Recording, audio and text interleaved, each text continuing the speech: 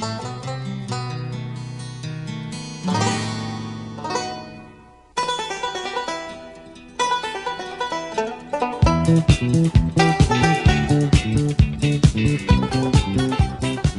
and welcome to another episode of the Cover Zero podcast, the show where I cover the least in the best way possible. I'm your host, Jason Wells, and week 7 is in the books, and if everyone wasn't hurt already, they're hurt now. This week was absolutely brutal for injuries. I got a list right here. Breece Hall, ACL, DK Metcalf, knee injury, JC Jackson, knee injury, Mike Williams, ankle, Ryan Tannehill, ankle, Amon-Ra St. Brown, head, Evan Neal, knee, AJ Terrell, hamstring, David Njoku, ankle, Alan Lazard, shoulder, Elijah Vera Tucker, elbow, Trey Hendrickson, neck, and Brandon Jones, knee.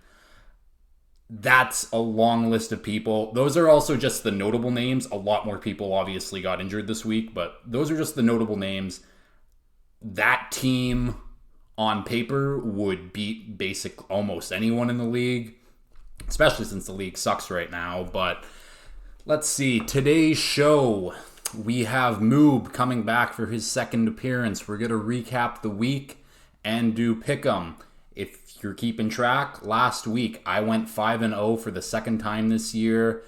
It was a big boost to my bankroll. Super happy to happen. It's always nice to win money. But without further ado, let's get into the recap with Moub.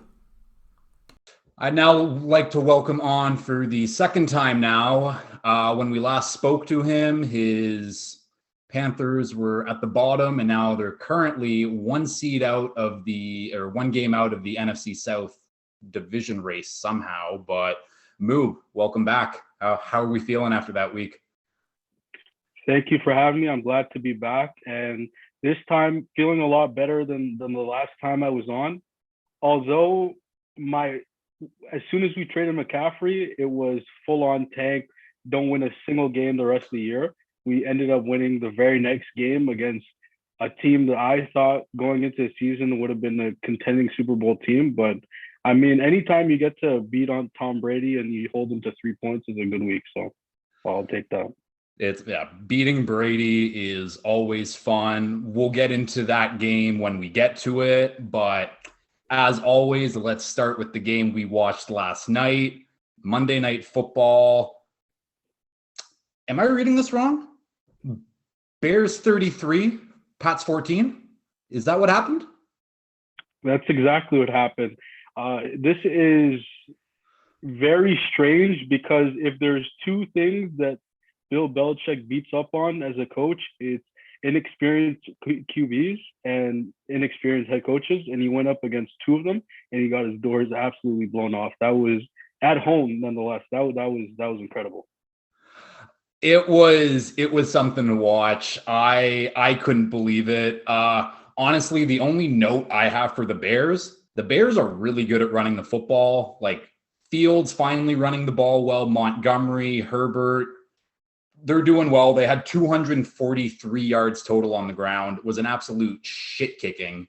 Pats. I got told last week that the Pats had the best defense in the league. I don't know where that was tonight, but yeah, no, that's crazy.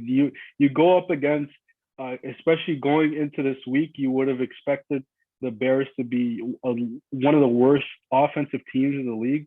I know scoring is down league wide, but when you have Justin Fields throw for like 150 yards every week, you'd expect any offense that produces like that to be not very good. But they put I think it was like 33 or 36 points on the road against a team that was supposed to be at worst maybe a top 10 defense in the league. Yeah, that was incredible. Yeah, the Pats absolutely got their shit kicked in. I guess the only other note for the Pats is Mac Jones or Bailey Zappi. That's going to be the question right now. I think it's brutal, though, that Pats fans, 5 minutes into the game after two stalled drives by Mac Jones, immediately start booing their first-round pick from a year ago. Now, I don't think Mac Jones is going to be the guy for New England, but just that immediate turn on a guy that you drafted last year, nuts. Yeah. No, it's really weird because if you were to, they want, because obviously the Patriots, they've had that Tom Brady. You've heard that third day pick turned into like the superstar quarterback, and then you got Jimmy Garoppolo that they get in the second round that becomes a long term starter in the NFL. And they thought they got another one with Bailey Zappi, but unfortunately they drafted a first round pick last year, so they're kind of rooting for Zappi to be that next Tom Brady or Jimmy Garoppolo or anything in between, I guess. But yeah, it's gonna be weird because it made things a lot awkward in New England for the next, at least this season, for the rest of the season. It's gonna be interesting. Yeah, I have no idea who's going to be starting for them next week. That's definitely going to be a conversation they're going to have in-house, but we'll move on from that game, go all the way back to Thursday night football. Saints 34, Cardinals 42. We finally got a high-scoring Thursday night football game. The Cardinals actually scored more points than the last two Thursday night football games combined. So that was Denver versus the Colts and then Bears versus Commanders. So Cardinals outscored all four of those teams on Thursday night.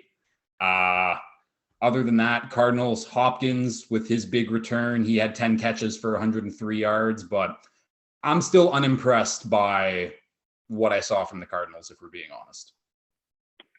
Yeah, the Cardinals, I mean, the final score will say that it was a back and forth high scoring game, but it really wasn't. It was kind of just a shit kicking with a couple of garbage time touchdowns towards the end of the game. And the scoring didn't really come from the offense. There was a lot of pick sixes going on and turnovers and things of that nature. So I mean, you got to give credit, I guess, where credit is due to the Cardinals for forcing turnovers and getting in the back of the end zone. But that offense is still, leaves much to be desired. I'm not the biggest fan of them. The NFL is really weird this year. I believe they're a game out of the top seed in that division, and they could very, very well, end up at top of that division by the end of the year.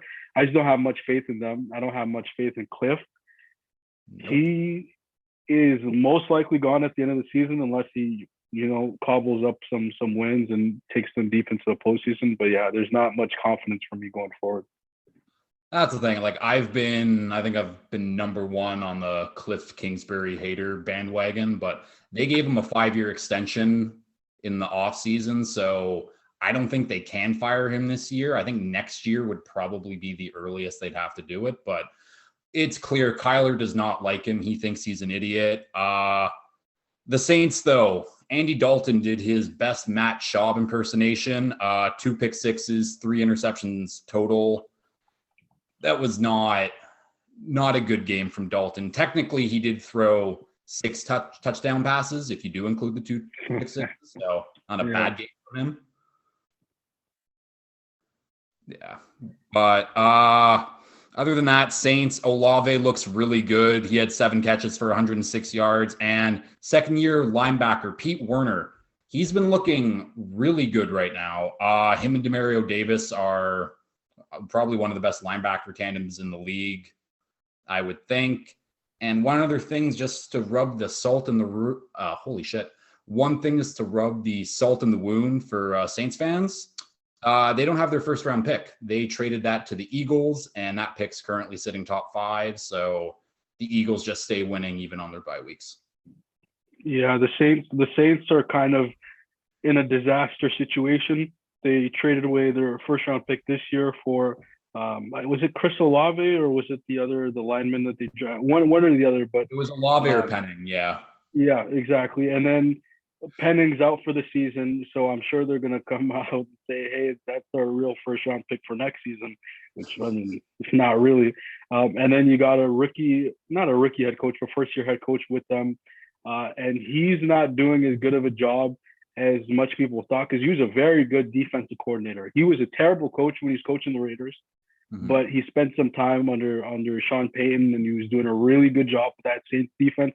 That was horrible before he got there. So a lot of people were willing to give him that second chance and thought that he would turn it around, but no, he's doing a horrible job. That defense is again very solid. Offense, I think it's more the departure of Sean Payne than anything, because that offense is terrible this season, even with James Winston. Mm-hmm. And yeah, that's the thing. The Saints are super hurt right now, but so is everyone, honestly. So they just need to be better. It's, yeah, next season without their picks, they're always in cap hell. Should be rough. Next game up, though, Colts 10, Titans 19. Like the AFC South, these are the two best teams in the AFC South, and I can't believe it. Yeah, the Colts going into the season, a lot of people thought that they had Carson Wentz and they were one game away from making the playoffs. And some people thought they upgraded that QB. Other people didn't think that way. I was kind of, on the fence, because although I'm not the biggest Carson Wentz fan, I also, watching the Falcons over the last couple of years, I've noticed that Matt Ryan's not only lost one step but several steps. So at worst, you would think of them as a, run the ball, play a very good defense. They lost Matt Eberflus, so their defense is taking a hit as well. And then the offense is just, turnovers, can't get separation on the outside. Jonathan Taylor being injured, and even when he was there, wasn't that efficient. This Colts team is just a disaster, really. I don't know where they go from here. And Frank Reich is most likely going to be fired. I know this is kind of like that trump card by benching Matt Ryan to get to Sam Ellinger, but yeah, I don't know what to make of this division. I don't think any of the teams deserve to make it to the playoffs, but of course, there's always got to be one team, unfortunately, and looking like the Titans so far. Yeah, I mean, fuck, you hit all my notes for the Colts. Someone's losing their job, whether that be Frank Reich or Chris Ballard. It might be both. They lost this game and they didn't even give up an offensive touchdown. So the Colts D is still solid, but that offense has to score points. And maybe you said it, Matt Ryan is done. Sam Ellinger going to come in, see what he can do. Maybe it gives them a spark. I have no idea. At least he's not going to be a statue in the pocket. He'll be able to move around a little bit. But the Tennessee Titans, I give them a lot of credit because they're not a good team. They're 4-2, but it's all Derrick Henry. That's all you can say. He's the only reason that offense moves the ball whatsoever. And even when they don't score points, they still win games because Mike Vrabel is a good coach and that defense is still solid. Yeah, the Titans, they're really just Derrick Henry and a solid defense. That's all it is to it. That little Ryan Tannehill magic a couple of years ago in the playoffs and at the end of the season, that was a cool story. But yeah, they're not much going on offensively over there. No. Only other note I have for the Titans, they finally scored in the fourth quarter this season for the first time. Still not a touchdown. They only got 6 points, but good for them, I guess. And Tannehill does have an ankle injury, so we might get to see Malik Willis. That would be fun, at least, but who knows? Moving on, next game, Giants 23, Jacksonville 17. This game went down to the wire. It ended up with a stop on the 1 yard line, and the Giants end up winning the game because of that. Here, I'll ask this question to start. If you're, what's his name? It's like Jim Shane or something, who's the Giants GM, right? Oh, yeah. Shune or something like that. Yeah. So if you're him, do you give Daniel Jones an extension? You know what? No, you can't fall into this trap, the same trap that the Jaguars fell into 2 years ago with Blake Bortles, where they won literally because of, they went to the AFC Championship game because of Leonard Fournette and because of how suffocating that defense was. And you know what they did? They were like, hey, you know what? We're going to extend Blake Bortles. And then I don't even think he played more than like 5 more games with them after that extension. So they have to be realistic. There's going to be plenty of options in the veteran quarterback market that you can maybe like a stopgap while you address the rest of your team with draft picks and things of that nature. So if you can solidify the offensive line, the defense and the receiving corps. Hopefully, you'll be able to grab someone on the veteran QB market, whether that be a Jimmy Garoppolo when he's gone, or maybe pull off a trade for Mac Jones or Trey Lance, something along those lines. But I'm not buying into the Daniel Jones hype at all. That's bold of you to throw Trey Lance's name in there, but I like it. With the Giants, though, Daniel Jones, he did have 100 yards rushing on the day. So did Saquon.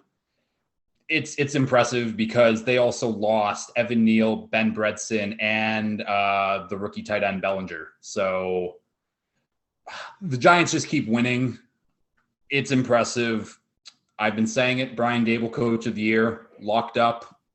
We'll go on to the Jags, though.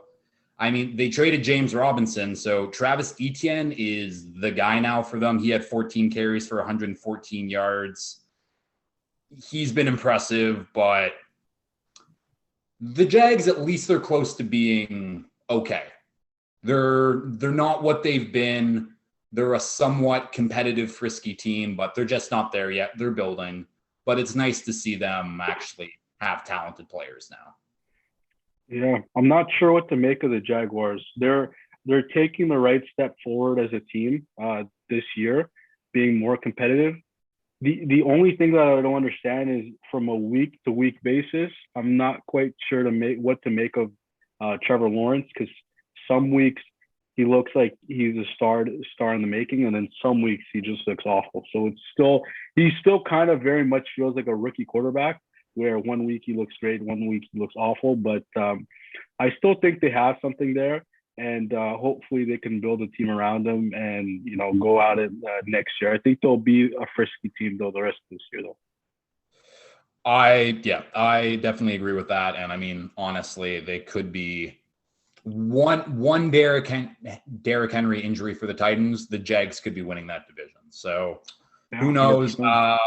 Next game up, though. Tampa Bay 3, Carolina 21. Moub, take it away. Yeah, so I had my tanking shoes on Sunday. It was as soon as 1 p.m. hit.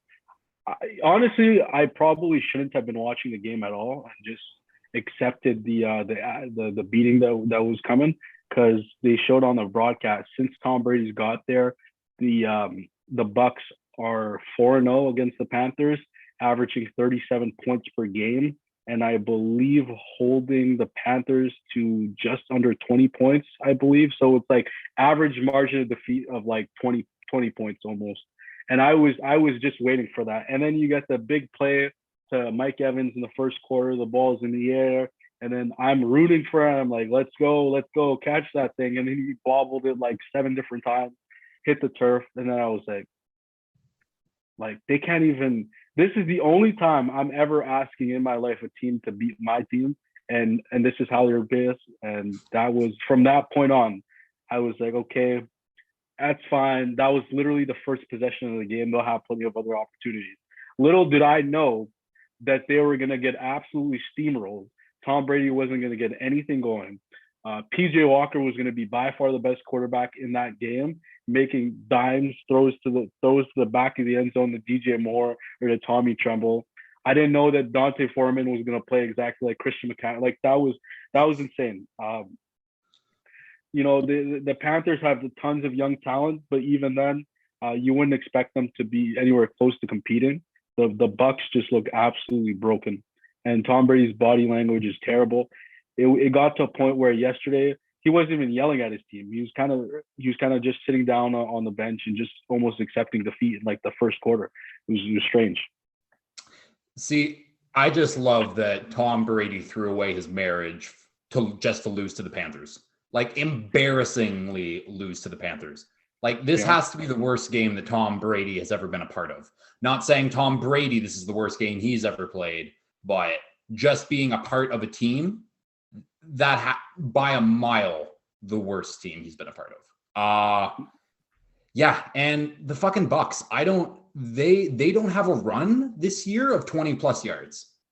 It's embarrassing. That offense has looked brutal. I will like to give a special shout out to Mike Evans for dropping that touchdown, just because you would have beaten me in fantasy this week if he did make that catch. So, yeah, he did me dirty. Yeah. And one other question for the Panthers. Is CMC, is he a system running back after what Foreman and Chuba Hubbard did this week?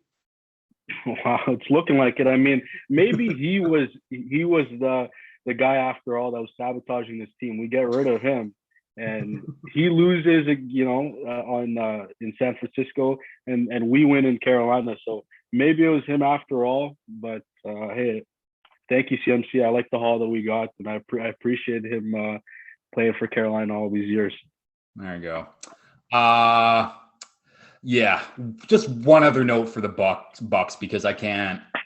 Their first 10 possessions: drive 1, punt; drive 2, punt; drive 3, punt; drive 4, punt; drive 5, half; drive 6, punt; drive 7, turnover on downs; drive 8, punt; drive 9, field goal; drive 10, turnover on downs.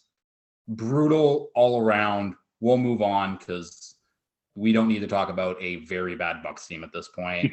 And moving on to another team that has just been disappointing the entire year. Packers 21, Commanders 23. Heineke gave them the spark. And Taylor Heineke came in. He didn't look great. He threw some prayers to Terry McLaurin, and Terry went up, grabbed all of them. I mean, Terry's the whole reason why the Commanders actually won that game. Other than that, yeah, the Commanders are, I don't know. Everyone's bad. Everyone's bad this year. It's hard to actually say. Good for the Commanders for getting this win. Do you have anything to add on Washington? No, really. Taylor Heineke is like, it's weird because he's like a gunslinger, but he's not the Carson Wentz gunslinger where he's going to try to make every single ridiculous throw. He's kind of like a little bit more controlled, and maybe that's exactly what they need. They don't need someone to put the ball in jeopardy every single play, but also still need someone to try to make some pretty difficult tight window type of throws.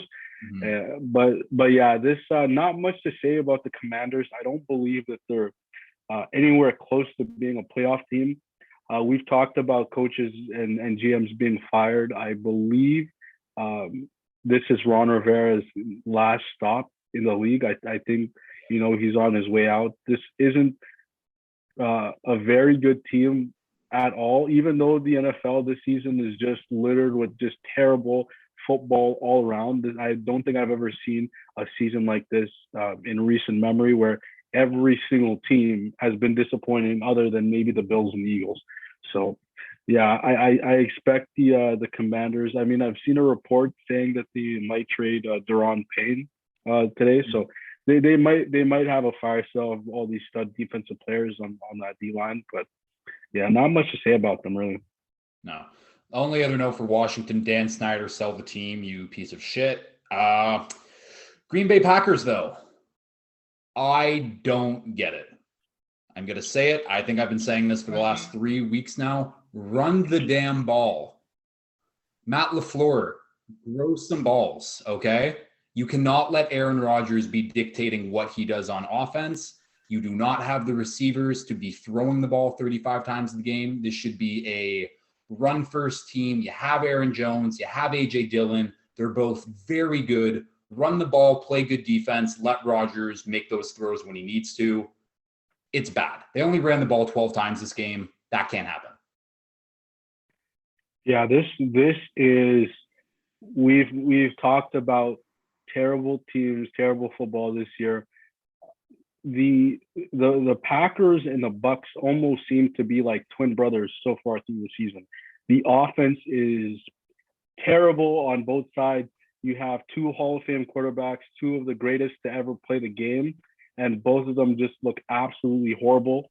I think I saw a stat that the Packers are the worst team in the NFL throwing outside the numbers. I know you can make, you can blame the receivers for that, but I don't care who you have on the outside. If you have one of the greatest to ever play this game, and some would argue the best thrower of the football in NFL history, you still have to connect on those throws.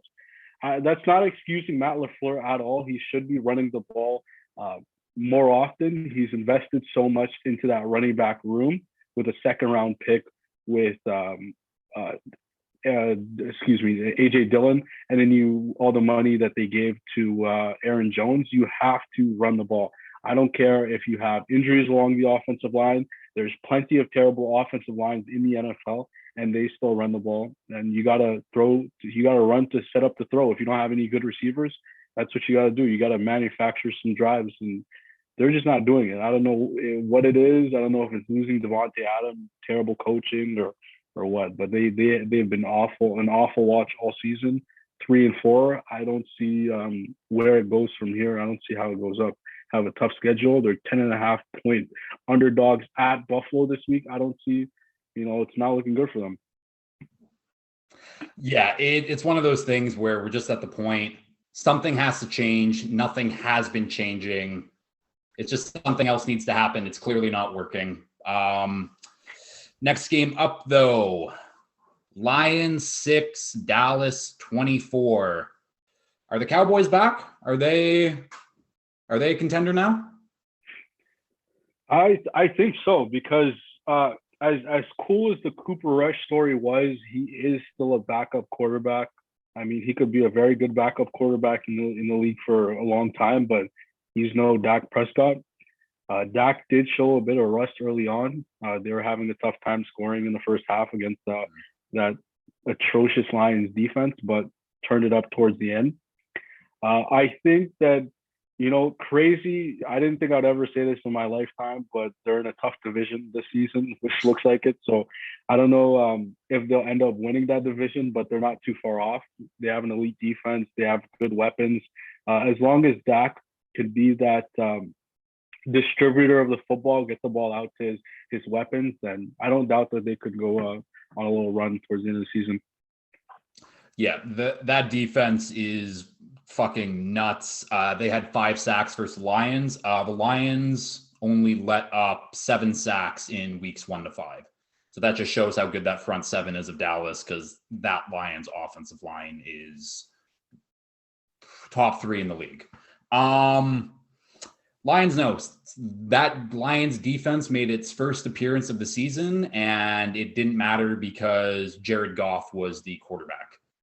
Jared Goff had 4 turnovers. He was brutal, but I mean, we just said it, that Dallas defense is incredible. So not much you can really do, especially with no Swift again, and Amon-Ra went out with a concussion. So Lions are just kind of, the tires are spinning. Nothing's really happening for them. Yeah. I don't, the Lions were a cool little story at the beginning of the year with all their scoring, and they led the league in scoring, I believe, through the first 4 or 5 weeks of the season. But now, if I'm not mistaken, they're 1-5. And at some point, it's cool to have be a good story, and the whole Dan Campbell situation where everyone believes in it, likes him, all that type of things. But at some point, you have to start producing. 1-5 in the NFL, it's not going to cut it. They're going to have to start winning eventually. And that's the thing. Dan Campbell's message is going to grow tired and old, and things do need to change. I doubt it's going to be at the end of this season, but if they have another bad start to the year next year, he will be on the hot seat 100%. We'll go on to the next game, though. Falcons 17, Bengals 35. Bengals offense is back. That's basically all you can say. They looked good. Jamar Chase looked good. He did get injured at the end. I think he's okay, though. But this should be expected, though. This is a Falcons team that defense isn't very good. They've played frisky the first few weeks, and then especially they lost A.J. Terrell in the game, and the Bengals were already going off. You take Terrell out, just easy to score points. Joe Burrow in the first half, 21-25, 345 yards, 3 TDs, ended the game 34-42, 481 yards and 3 touchdowns. This is just what we should be expecting from the Bengals from now on. What happened at the start of the year, that's gone. Joe Burrow, since that Steelers game, is now 15 touchdowns to 1 interception. So this is the Bengals we should see for the rest of the season now. Yeah, this was the Bengals that everyone expected going into the season. This was the Bengals that were closing out last season and made its way to the Super Bowl. You have really good weapons on the outside. You have a really good quarterback, and you just have to get the ball out to them. However, this Falcons team, if we're really talking about that, I'm not sure if they're tanking or if they're trying to compete this season or if they're just bad or if they're not sure and they're kind of just in between. The final score would say that it was, a decently competitive game, but it really wasn't. I think it was 21-0 to start the game. Yeah. And it was, and even though they were down by 3+ scores, I believe Marcus Mariota still didn't pass 150 yards or something crazy like that.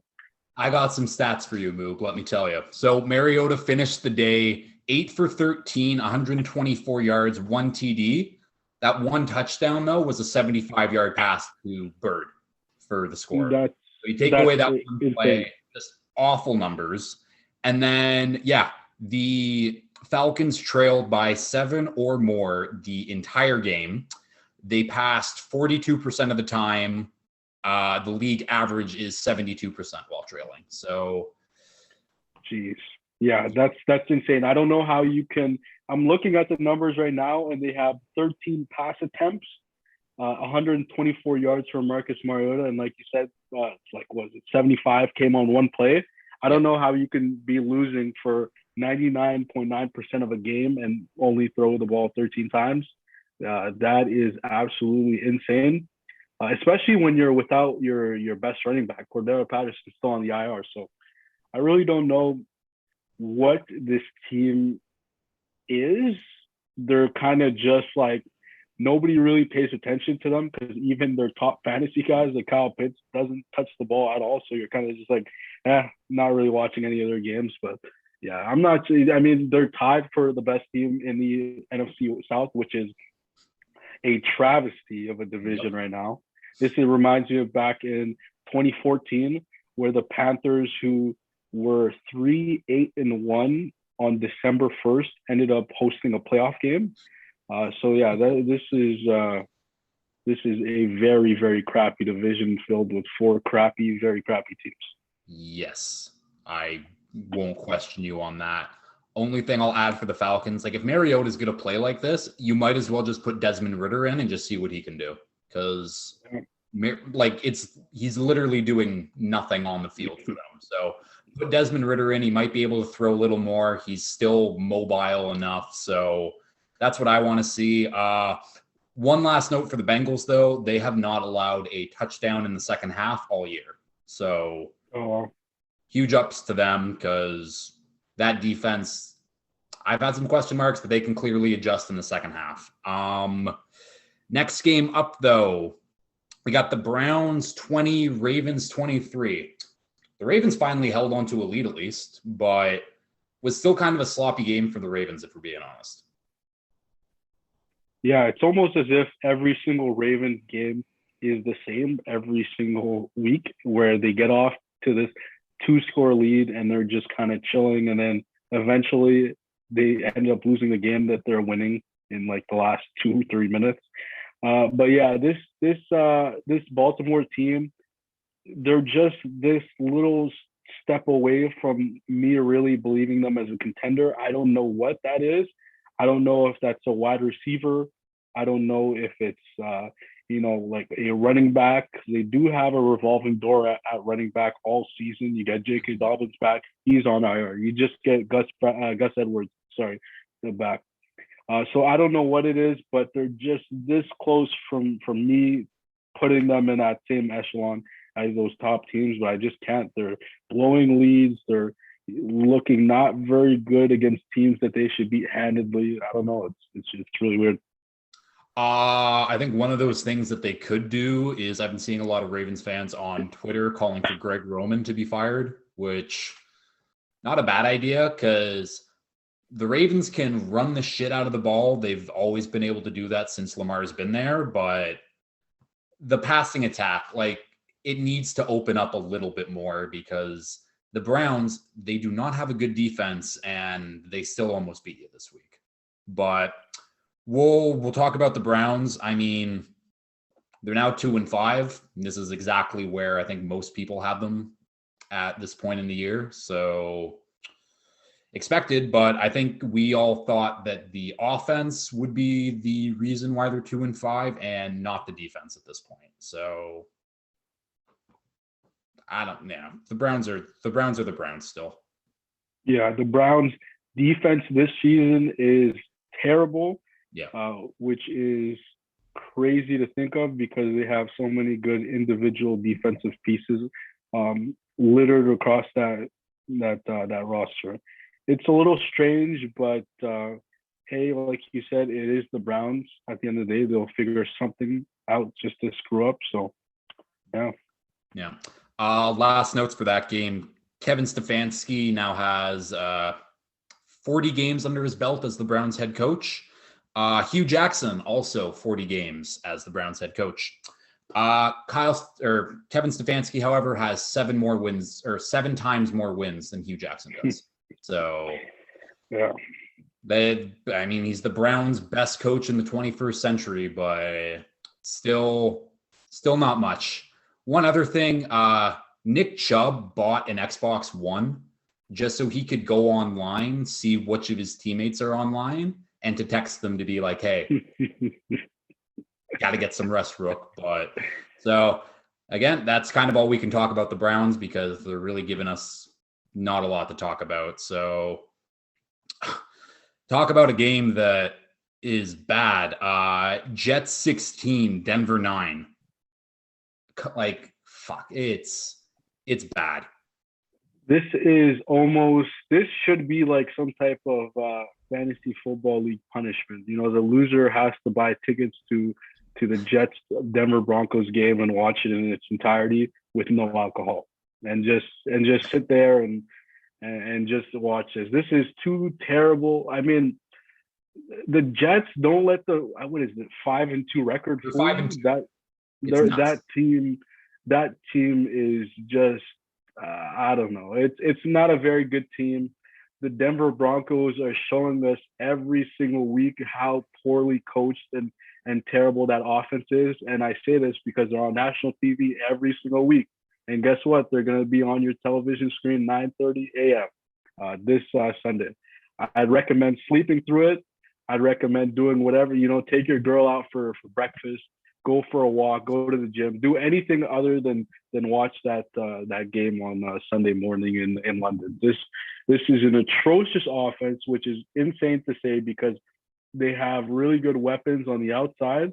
I know they lost their running back for the rest of the season. But even before that, Javonte Williams was talking about, even before that, this offense was god-awful.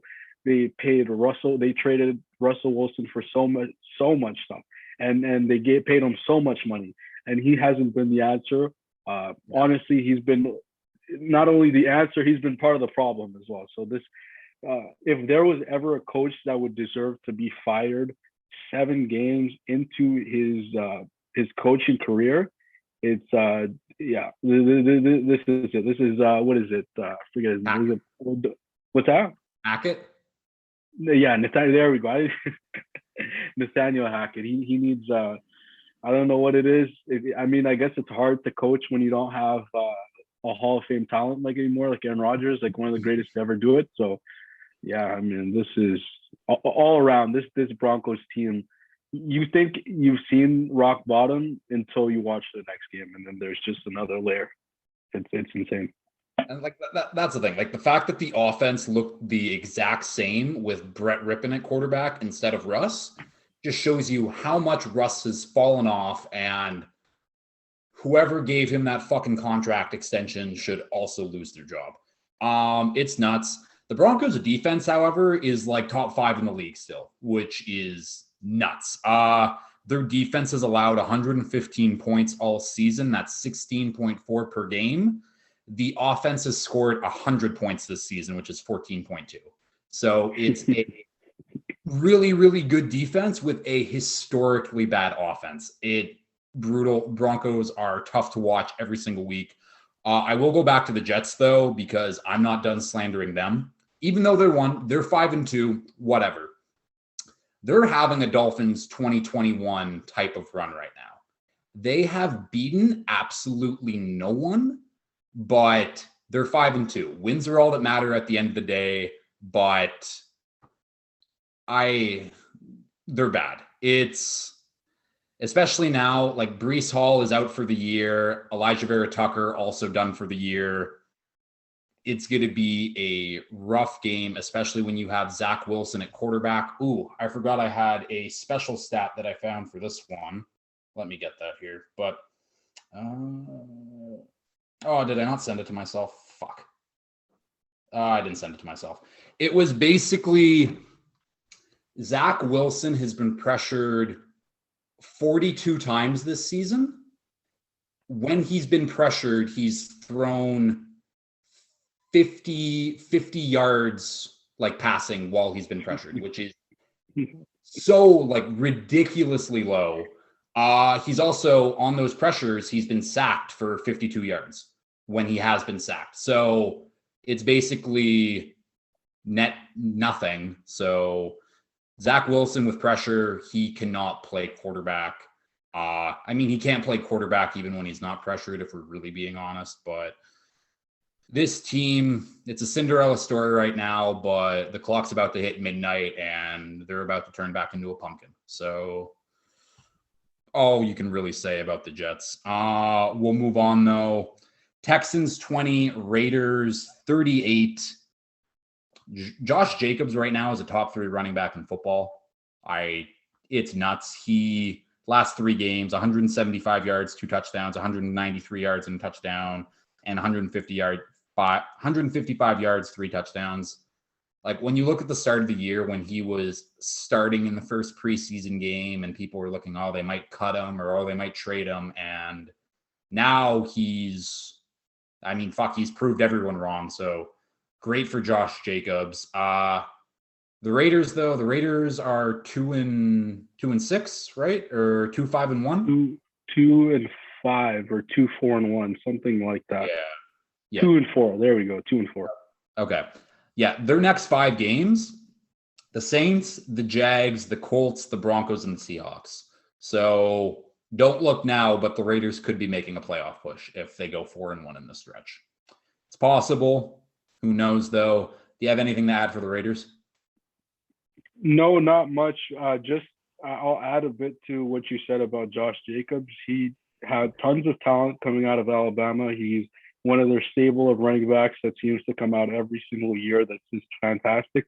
But he did look very inefficient early on in his career.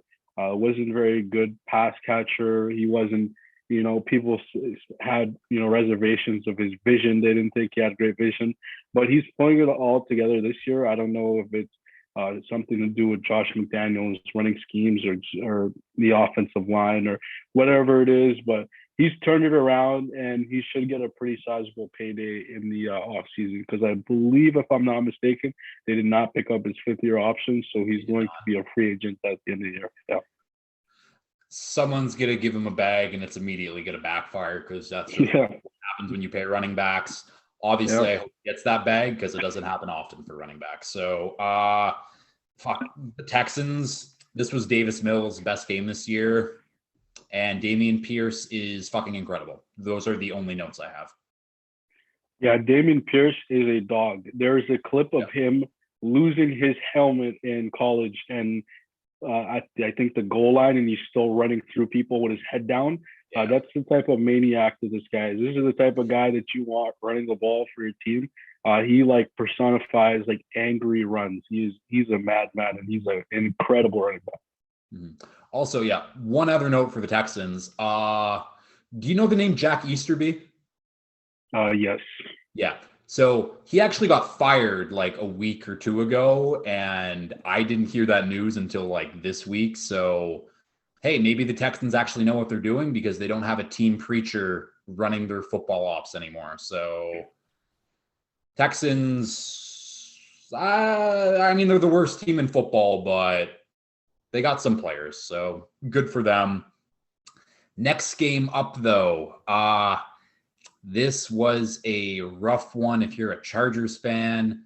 Seattle 37, Chargers 23. I'm just going to take this away. So if you're listening, and Moub, if you've noticed, I'm wearing an Oregon Ducks jersey. I am an Oregon Ducks fan. I got to watch Justin Herbert while he was there. And this is what I saw. He's a guy who he's incredibly talented. He's that perfect prototype of a quarterback. He's tall. He can throw the ball far. He's mobile, somewhat mobile, like the perfect. If you're building a quarterback, you build a guy like Justin Herbert. I have seen this man crumble and fall apart in so many moments. It is unbelievable. And coming out of the draft, it was, Justin Herbert, he's so this. And my whole thing with him, yeah, he's talented. That man is not a winner. He's not a winner.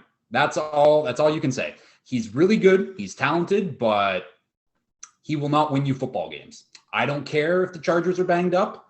It's been 3 years. He's had chances to win his team games, and some of them he has when it hasn't mattered, but when the lights are brightest, he doesn't show up. Yeah, I mean, what else is there to say, really? Over the last decade or so, we've had quarterbacks that have played with less. You got a guy like Andrew Luck comes to mind, where he would be dragging a sorry Colts team, offensive line, poor coaching, all that, and he would still make the playoffs every year and win 11, 12 games. You had Cam Newton in his prime. That offense had nothing but him and Greg Olsen, and they were winning. They won the division 3 out of 4 years. So I don't know, or three straight years, I should say. But yeah, I don't know what's up with Justin Herbert. This team is just, we've talked about how much talent they've had for the last couple years now. I've said it probably since midway through last season that they needed to fire their head coach. I'm not even going to mention his name because this is just, it's been so long that we've been pounding the table for him to be fired. Like I said, probably midway through last season. He's still here now. He's doing a terrible job. I don't care if you have Russell Wilson as your quarterback. There's just no reason. The losses that they're doing is inexcusable. And like you said about Herbert, you should, as a great quarterback, be able to win regardless of your head coach. You should be able to at least put your team in a position to win. You shouldn't be losing to a team that's blatantly tanking by more than 2 scores. I don't care what kind of injuries you're dealing with. I don't care who your head coach is. There's just absolutely no reason why you should be losing 2 scores to a team that's tanking. There's just, which other QB is losing these type of games? It just doesn't make any sense. Yeah, that's the thing. At the end of the day, if you have a guy at quarterback, he's the guy. They can overcome. They can win games. I have not seen Herbert do that in fucking 5 years. So it would be nice if, obviously the Chargers are banged up and the coaching is fucking terrible, but overcome the odds for once in your life. At least make the game interesting. They lost by 14 points to a team with. I'm not slandering Geno Smith or anything, but the rest of that team, not very good. But 4-3, still top division. It is, and yeah, we got to give more love to Pete Carroll and the Seahawks. They lost their best quarterback in franchise history, and somehow they're better than they were last year. This is incredible. Yeah, I was completely out on Seattle. I was calling for Carroll and Schneider to be fired at the end of this year, and I'm fucking completely wrong. They killed the draft class with Penny going down, Kenneth Walker he's stepped up and he looks like that. I mean, Heisman finalist running back he was at Michigan State last year. And Geno Smith, who's been a backup in this system for God knows how long now. And he just steps in and it's working. A lot of credit to Seattle, but I'm going to blame this on the Chargers just being absolutely inept at everything that they do. Chargers against Charger. No, that's honestly. We'll move on though. We got Kansas City 44, San Francisco 23. This was a absolutely dominant game from Kansas City. Didn't start that way, but it ended that way. Yeah, from beginning to end, this was those classic Kansas City type of games. They, getting their receivers involved this year, which is great to see because it was kind of Travis Kelce and Tyreek Hill or bust most of these years. Now they're getting guys like Juju Smith-Schuster, who's another option in the middle of the field, who's making some good contested catches on the boundary, which is good because, prior to that, they had Demarcus Robinson, Byron Pringle, and even McCole Hardman. Then not the type of guys that are going to make those contested catches down the boundary. And then you got Marquez Valdez-Scantling, who's kind of like your great value Tyreek Hill, where he's going to take the top off the defense. Obviously not going to do, a fraction of what Tyreek Hill does, but he's still a very, very good deep threat.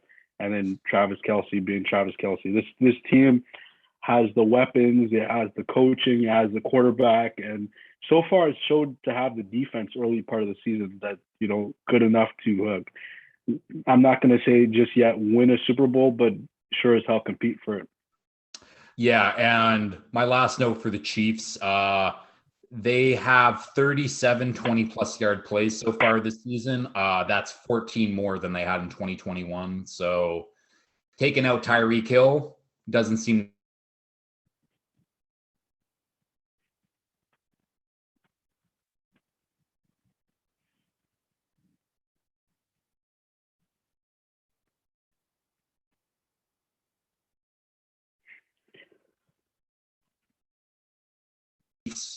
wallop them.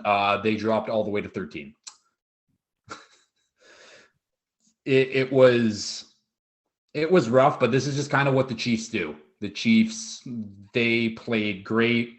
And I mean, even after Niners, they added CMC now. I guess we can talk about more of that trade.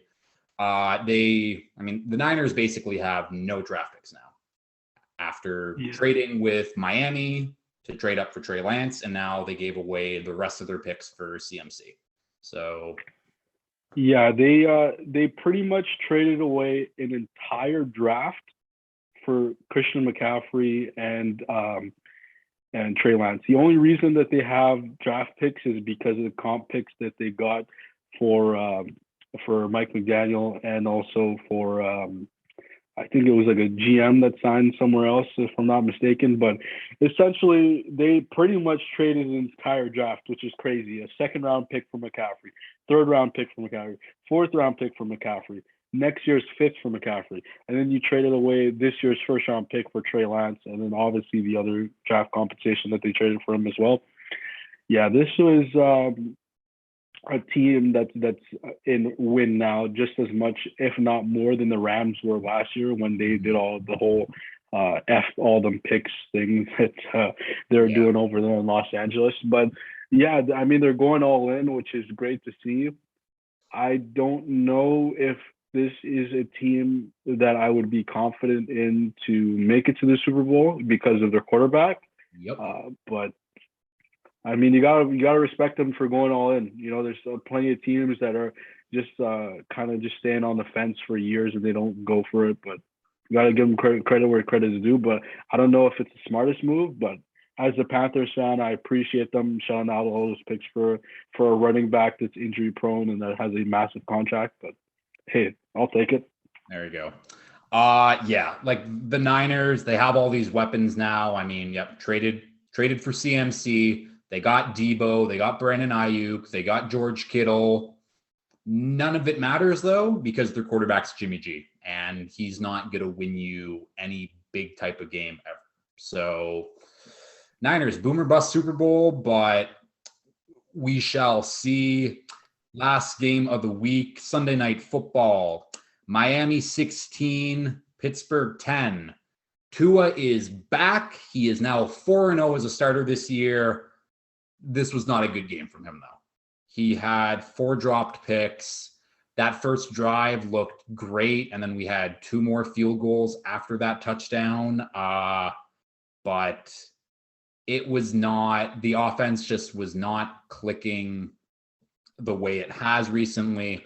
I'm just going to say that that's rust on Tua coming back from his multiple concussions, I guess you're going to say. But yeah, Miami is, yeah, we're back to being where I thought we were. I'm just worried about our defense now at this point because our defense is so banged up and so hurt right now. But we grind through wins. That's kind of what we've been doing. So I'm hopeful for Miami going for the rest of the year anyways. Yeah, anytime you can get a win where your offense scores 16 points, you kind of just take it and run with it. Like you said, Tua coming back from missing a few weeks with those concussions, or I'm not sure just one or multiple, but you get the point from the concussion. I understand that they're playing the Steelers, who aren't a very good team, to say the least, right now. But and a win is a win. You take them while you can. One thing I want to say about the Steelers though is Kenny Pickett surprisingly has 2 passing touchdowns and 7 interceptions on the season, which Yep. is a hilarious stat because going into the draft, many scouts thought that he was like the most NFL ready guy and that he wasn't going to be like a big turnover guy and he was going to kind of, be that solid, rock solid guy that doesn't put the ball in harm's way. But this season is kind of hilarious because he's playing like a rookie quarterback and not anywhere near like an NFL ready type of quarterback, which is funny. But I mean, they got an absolute star in the making in George Pickens. Najee Harris, I mean, he's okay, but this team going forward should feel pretty good about themselves in the future. I think with their And skill that's what position. bugs me about the Steelers anyways, is I've been saying it for like weeks now, but they have talented players on the offense, like just skill position wise, like they're probably top 10 in the league. But their offensive play calling is just fucking brutal. Like Miami's defense is, we have Xavier Howard, who's playing hurt right now, and then Javon Holland at safety. They're the only 2 starters we have left on our defense. Everyone else is a backup or 3rd or 4th string, and they still can't do anything. So I think that Matt Canada needs to be fired. He's the offensive coordinator. Just something needs to change for them. But yeah, the Pittsburgh D played pretty well given what Miami's offense, what my expectations are. My last thing, Chase Edmonds, get off my team. Like, you got brought in here to be the number 1 guy, and especially pass catching running back. That I haven't seen that man catch a football all season. So, yeah, it's thank God we have Mostert, because if we didn't have him, then we would be right back to where we were last year with our run game. Yeah, I guess that does it for the recap. So we will move right into the pick'em. I went 5-0 last week, so fair warning, I am hot right now. So as always, for the pick'em, we need a favorite, we need a spread dog, we need an over, we need an under, and we need a money line dog. Loser donates $20 to the Door Youth Center here in Ottawa. I need to be shouting that out way more because that is what I'm doing this whole thing for. Yeah, so you're my guest. As always, you have the number one pick. So where are we going? All right. So for this one, I'm going to take the favorite spread, and I'm going to do the Patriots -2 against the Jets. Nice. The Patriots I understand they're on the road, but the Jets are just not a very good team. And the Patriots coming off an embarrassing loss like they did yesterday, you know that Bill Belichick's going to rip them a new one. So I think they're going to come back guns blazing next week and, win by multiple touchdowns. Yeah, everything's just kind of gearing up for this to be a absolute Pats shit kicking, especially with the Jets injuries. That secondary should be able to, stop. It's basically just Zach Wilson thrown to Garrett Wilson. So that's all you need to stop that Pats defense. I still like the Pats defense. I said it last week. It's top 10. It's not number one. Definitely not number one. But yeah, this is a get right game for the Patriots. I think the Jets are definitely going to fall off. So I like that pick a lot. I'm going to go with my under to start this, and I'm going to take under 39.5 Denver Jacksonville. I am taking the under in that London game. I don't think I need to say much. Denver's defense is really good. That Jacksonville offense is just okay. So, and that Broncos offense is fucking terrible. So 39.5, yeah, easy. Yeah, that is a game where it's gearing up to be another 16-13 type of game. The Broncos offense is terrible.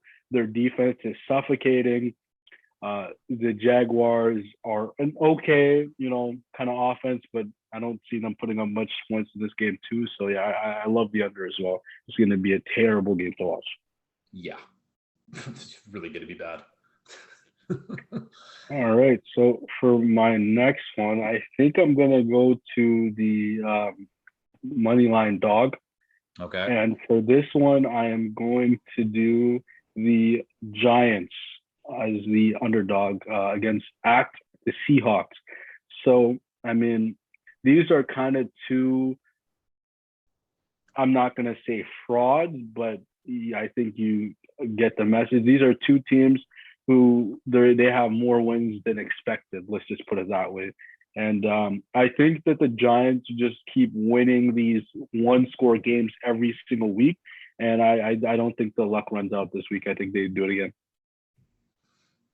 Yeah, this truly is a who knows what's going to happen type of game. The Seahawks are probably without DK Metcalf this week. I listed off the Giants' injuries earlier, but the Giants just find ways to win. So you can't dog that pick whatsoever. I like it. My next pick, though, let me see. I'm going to go with...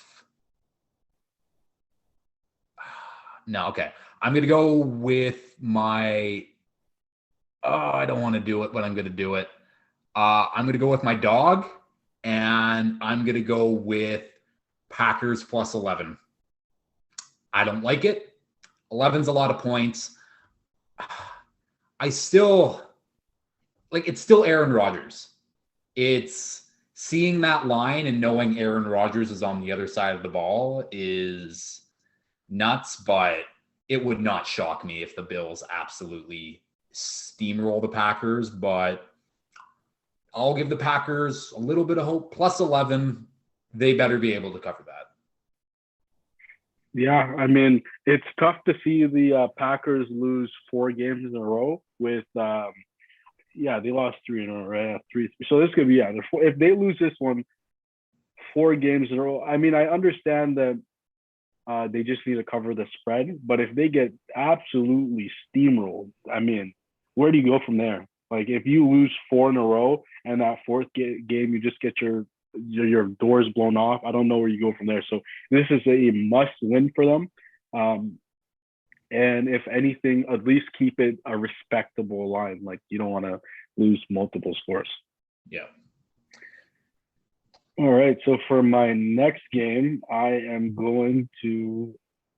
Now this is. Let me think about this one. I will go with. I've done the. Okay. Yeah. Hold on. You've done your favorite and you've done your money line, dog. Yeah, that's perfect. the thing. Like the board's hard this week. I was trying to figure it out. I don't like many games. Neither do I. So I'm gonna go with my underdog spread is going to be the Commanders +3. They are playing at the Indianapolis Colts. You don't know what to expect with Sam Ehlinger. And I mean, even before that, the Colts were still not very good under Matt Ryan. So, I mean, give me the 3 points with the Commanders. I know it's customary to give the home team 3 points. So this is kind of like almost like a pick 'em, but I think Taylor Heineke could rally the Commanders and get a road win and get some morale going over there in DC. Yeah, I don't disagree with that. I mean, Sam Ehlinger is a complete unknown. The Colts have just looked bad. So it's a who knows what's going to happen in this game. Covering 3 points, yeah, totally doable. So yeah, I was between 2 picks.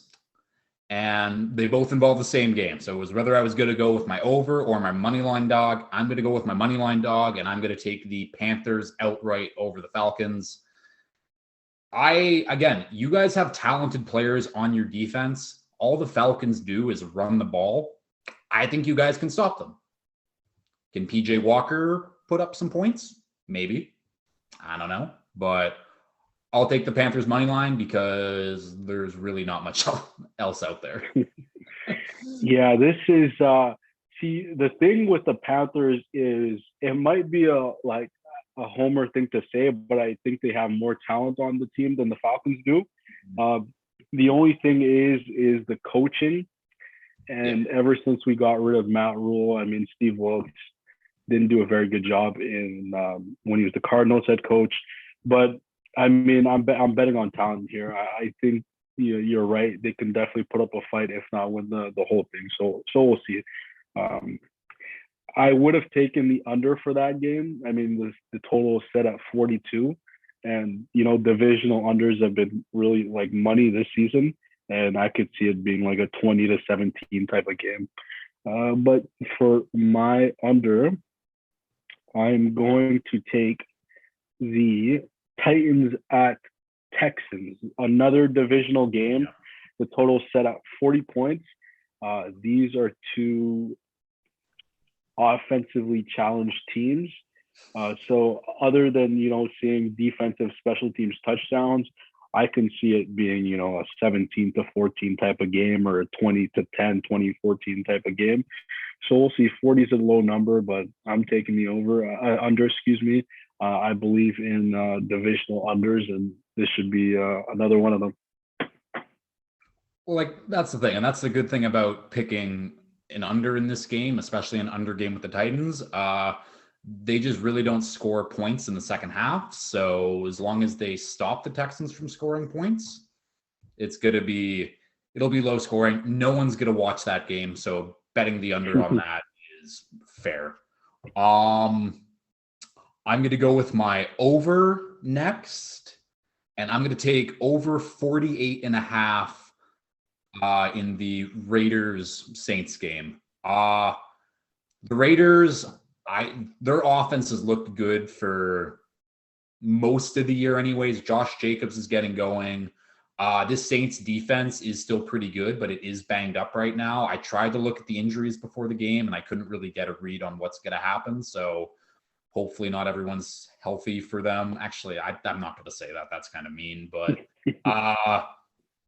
yeah, the Saints, hopefully Jameis is playing, because if Jameis plays, that means points for, both teams, if we're being honest. So Over 48, I think it's doable. I think the Raiders are going to score a lot of points regardless. So if the Saints can keep up, which they seem to be doing in their games, over 48. Why not? Yeah, I like that. My next over, another high scoring point total. So for my over, I'm going to take over 48 and a half Cardinals at Vikings. You get a 1 p.m. Kirk Cousins, and 1 p.m. Kirk Cousins does not play. He is a perennial 300 yard, 3 touchdown type of guy when it's 1 p.m. games for some whatever reason. And the Cardinals, they're finally getting DeAndre Hopkins back acclimated to the offense. So I could see them putting up like 20, 21, maybe 24 points, and this being like a 28 to 24 type of game. Yeah, this I had the Vikings as one of my favorite choices potentially at -4. I also like this over. I think that the Cardinals with Hopkins back, they might get James Conner back this week too, so that should be a boost. And that Vikings offense just scores points. That's kind of what they do. That's what they're designed to do. I mean, obviously, that's what any offense in football is designed to do. Might be hard to watch or hard to find that this year, but Yeah. over 48 and a half, that's a good one. And I will finish off with my favorite, and I'm going to go -1.5 49ers over the Rams. And it really all just boils down to this. I think the Niners are a good team. The record doesn't show it right now. And I think the Rams are not a good team. I'm not going to say bad, but they're not a good team. I think Nick Bosa is going to kill that offensive line. That Niners defense is going to show up. I mean, just stop Cooper Kupp and you stop the Rams offense because that's all they've been able to do. And that Rams defense has not been good. And if Jimmy G can be serviceable with the weapons that he has, and a full week of CMC too, I think the Niners are going to win this game by a lot more than 1.5 points. Yeah, I agree with you. You get a full week of preparation for Christian McCaffrey. Hopefully, you get him up to 18 to 20 plus touches because they were limiting his touches this week. Makes sense. He only got there on Friday morning. Yeah, I mean, the Rams, like you said, are not a very good team, in my opinion. Their offensive line is absolutely horrible. And their offense is just Cooper Kupp and pray, really. So, yeah, I mean, 1.5, that's not a lot of points. So I think they can definitely cover that pretty easily. No. So to recap, I have as my favorite Niners -1.5, Packers +11 versus the Bills as my spread dog, over 48.5, Raiders Saints under 39.5, Broncos Jags, and Panthers as my money line dog.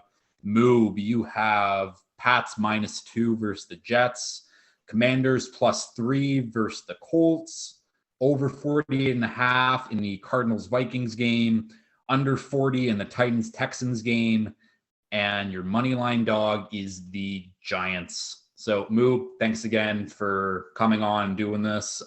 Really appreciate it. I'll leave you with a final question.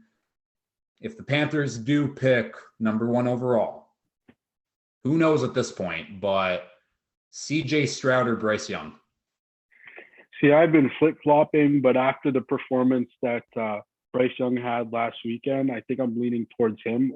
But like I said, Stroud and Young, I'm going to be flip-flopping this entire draft process and probably going to flip a lot more times going forward. But as of this week, going into week 8, it is Bryce Young. Well, the thing about that is you guys probably aren't going to pick top 5 because you always have those weird wins, and Will Levis will be the future Panthers quarterback. Oh, we'll see. All right. Thanks, Moub. No problem. Thanks for having me. All right. Okay, that'll do it for another episode of the Cover Zero podcast. Thanks again to Moub for joining this week. Week 8. Basically, to sum up how this season has gone so far, there's only one game in week 8 that's between teams with winning records. It's not the Ravens and Bucks, not the 49ers and Rams, not the Packers and Bills, but no, it's the Giants and the Seahawks. If that doesn't sum up how crazy this year has been, I don't know what will. But as always, like, share, follow, retweet, subscribe, all that fun stuff. And until next time, peace.